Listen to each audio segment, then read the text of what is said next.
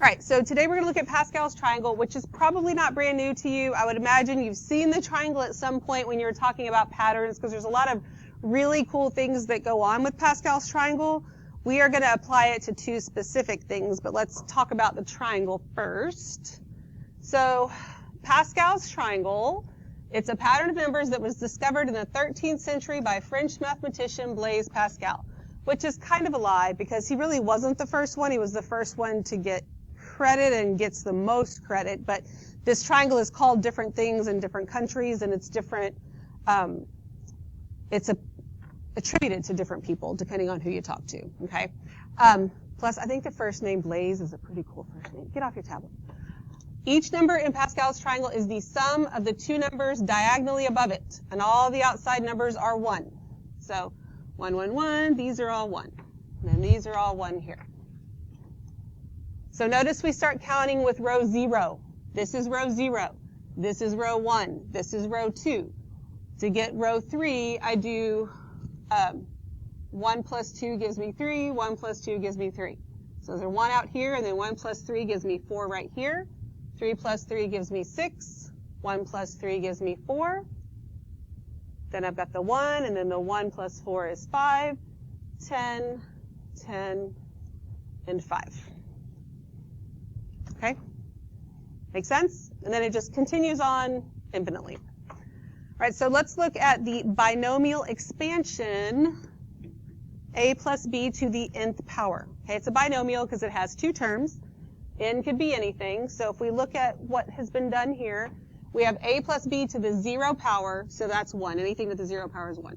A plus b to the first power is just a plus b. A plus b squared is not a squared plus b squared. It is this right here. And then if I want a plus b to the third, I'd have to multiply this times a plus b. A plus b to the fourth would be this times a plus b, which would be a lot of multiplying and writing out, right? And this little guy escaped. He belongs right there. I don't know where he thought he was going. So let's look at the coefficients. What does coefficient mean? What is a coefficient?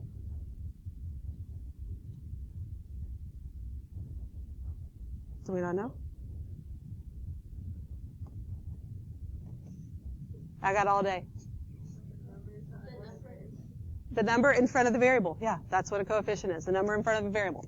All right, so here I don't have any. Here the coefficients are 1 and 1. Here the coefficients are 1 and 2 and 1. Then 1 and 3 and 3 and 1. 1, 4, 6, 4, 1. 1, 5, 10, 10, 5, 1. So what do you notice about those? That matches the triangle, right? Okay, so they match Pascal's triangle. So we're going to watch a 4-minute video on Pascal's triangle that will talk about binomial expansion again, plus some other things that you may or may not have already known. But it's kind of like the unit circle, where there's just so much that ties back to it, and all of these patterns that are all related to it. It's all kind of neat. So here, let's see, rewind this. Make sure.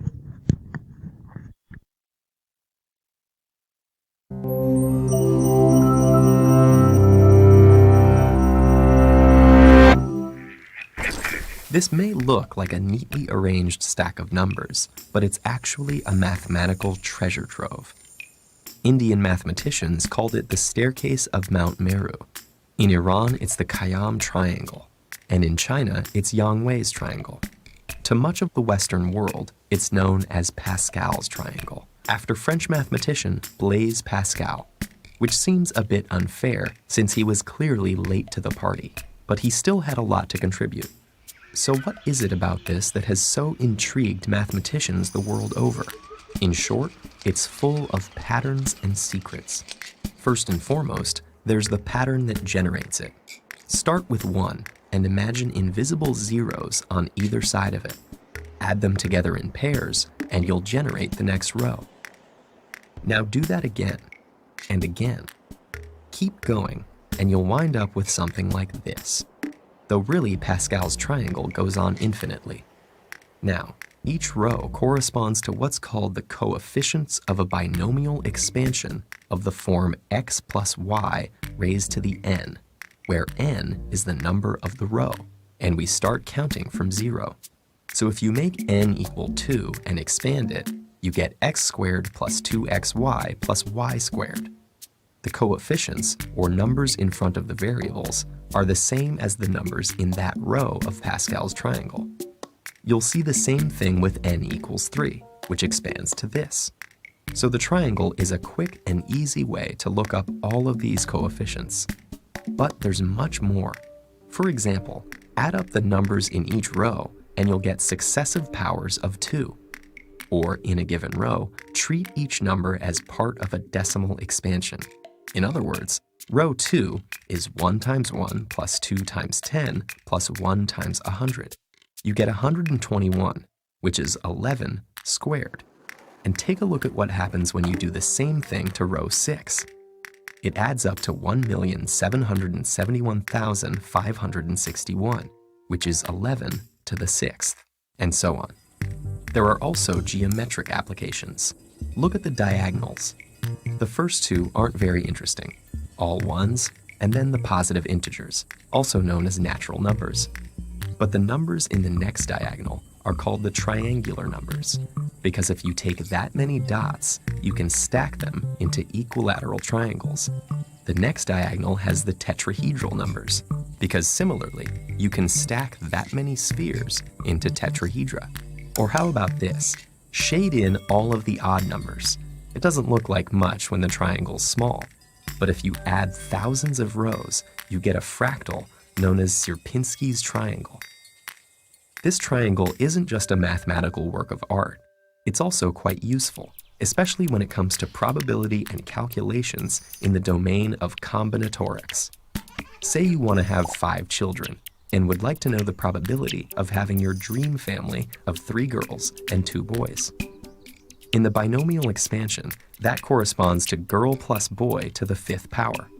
So we look at the row 5, where the first number corresponds to 5 girls and the last corresponds to 5 boys.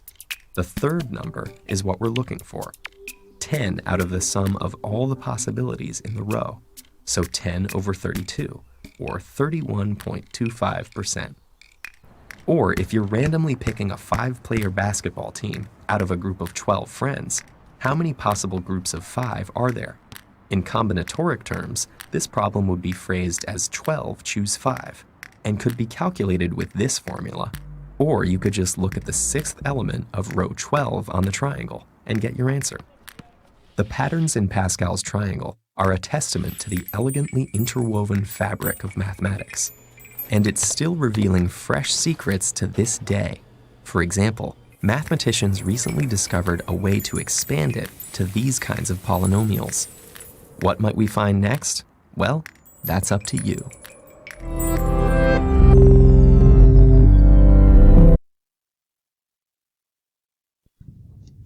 Okay. Make sure my light's on. So did you learn anything about Pascal's triangle? Yeah? Have some of you seen it before, but didn't know all that crazy stuff, right? Because probably whenever you saw it the first time, none of that stuff really would have made a whole lot of sense anyway, and it was just kind of a cool pattern and whatever. Let's talk about things like that. Okay, but let's look at so we are going to use it for binomial expansion today, so let's look at some other things we need to know about what's happening. So if I have a plus b to the nth power, the total number of terms is always n plus 1. So if I was to take this to the 6th power, I'm going to have 7 terms total, right?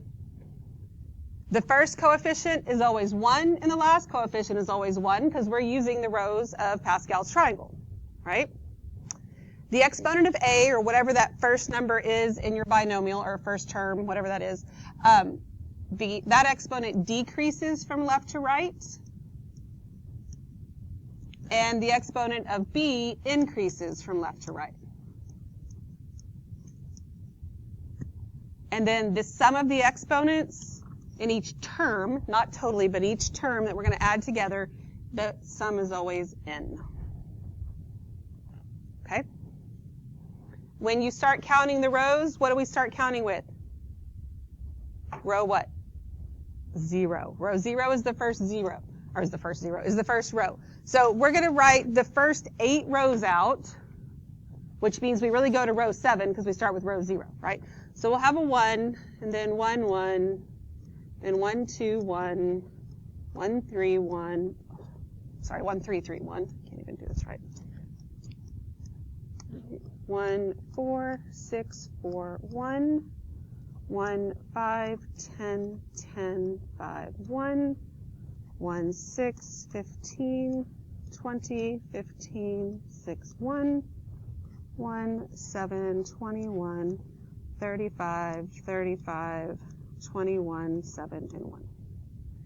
And they just look like big, huge numbers because I don't have any room to space them out, but, we got the idea so we can use what we need. Right? So we're going to do one, the first one we're going to do is just going to have A and B in it, all right? Then we're going to do one that has a number in it, and then we're going to do one that has numbers and variables in it.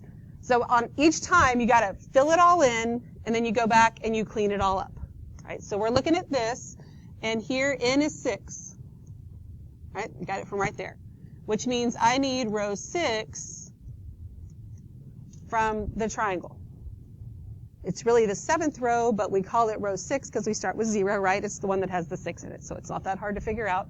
So I have 1, 6, 15, 20, 15, 6, and 1. So I'm going to take a plus b to the 6th power and don't have to do all the crazy multiplying to get there. My first coefficient is 1. 1.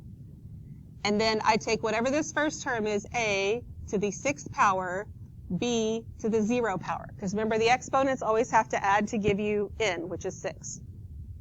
Then I go to the next term. My next coefficient is 6. Then that's going to be a to the 5th, b to the 1st. Because the exponents on the first term decrease, the exponent on the second term increases. So then that'll be plus 15, a to the 4th, b squared, plus 20, a to the 3rd, b to the 3rd. Right? And each time your exponent should add to give you 6. Plus 15, a squared, b to the 4th, plus 6, a to the 1st, b to the 5th, plus 1, a to the 0, b to the 6th. Okay. Any questions on how we came up with any of that? Okay, so we just filled it all in. Now we're going to go back and clean it up. So I don't really need the coefficient of 1, and b to the 0 is just 1, so I really just start with a to the 6th. Plus 6a to the 5th times b. I don't need that 1 on that exponent.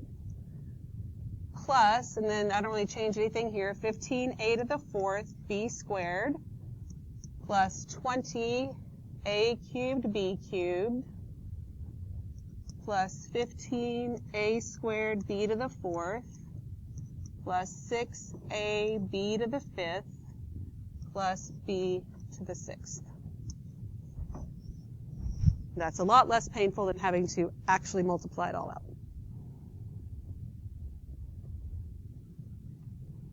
Okay. What questions you got? Anything?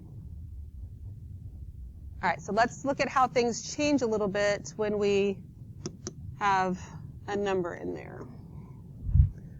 So my row here, this is row 7. Well, n equals 7. So I need row 7. And that is 1, 7, 21, 35, 35, 21, 7, and 1.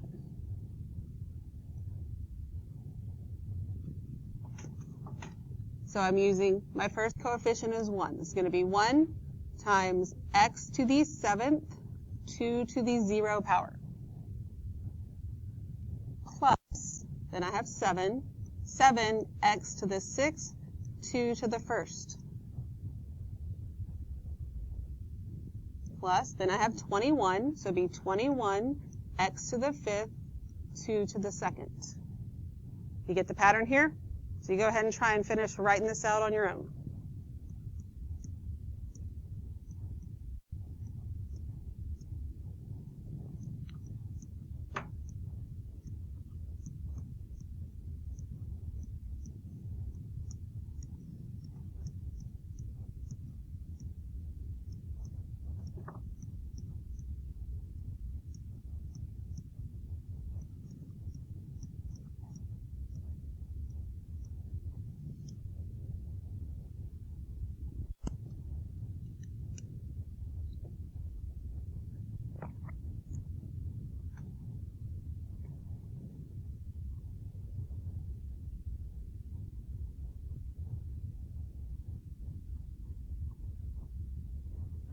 And before you clean it up, you can just double check that all of your the exponents in each term add to give you 7, so you didn't get, discombobulated somewhere.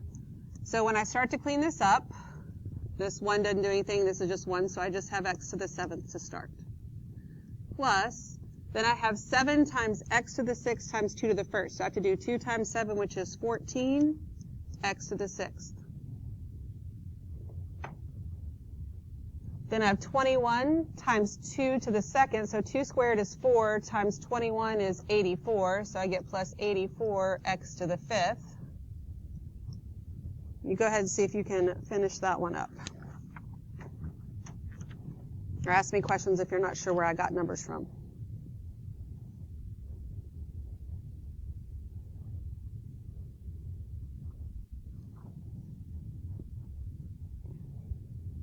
You have a question? Okay.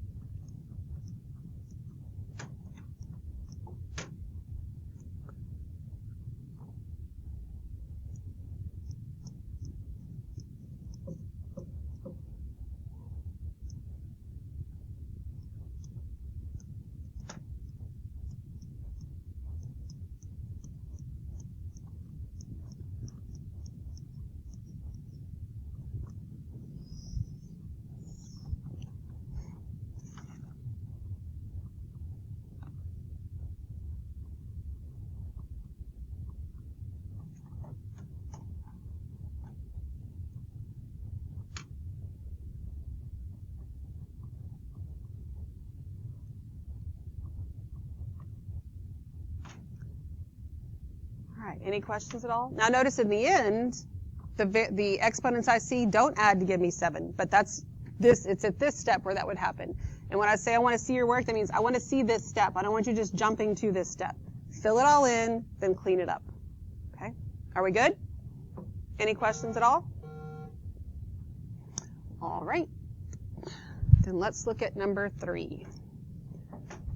N here equals 5. Right? So I need the 5th row, which is, so row 5 is going to be 1, 5, 10, 10, 5, 1. All right, so I start with my 1. So I get 1 times 4c to the 5th power times a negative 3d to the 0 power, plus, and I have 5. 5 times 4c to the 4th power times negative 3d to the 1st power. Are these parentheses important here? Yes, like super important. Okay, so you go ahead and try and fill the rest of this out.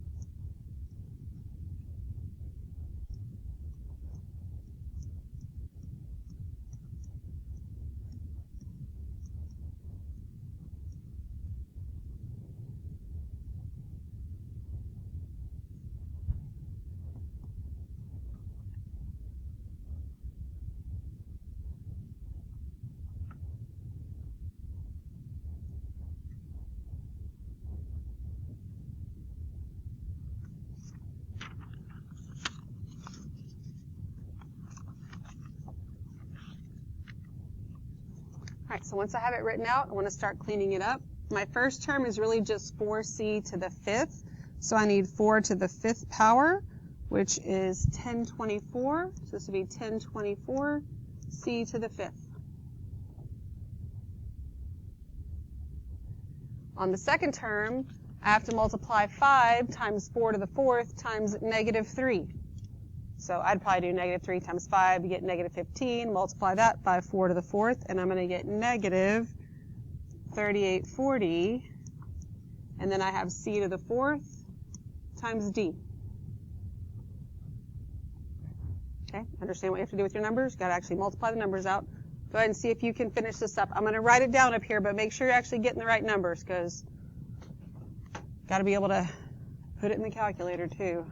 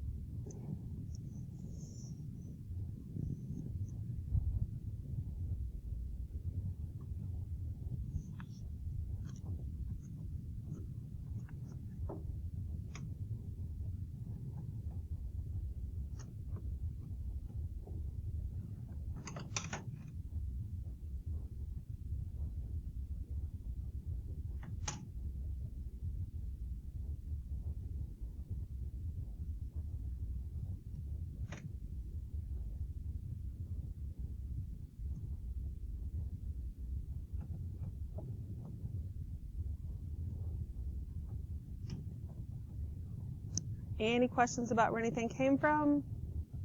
Are we all able to get these numbers on our own? All right, good deal. Your assignment's in Delta Math.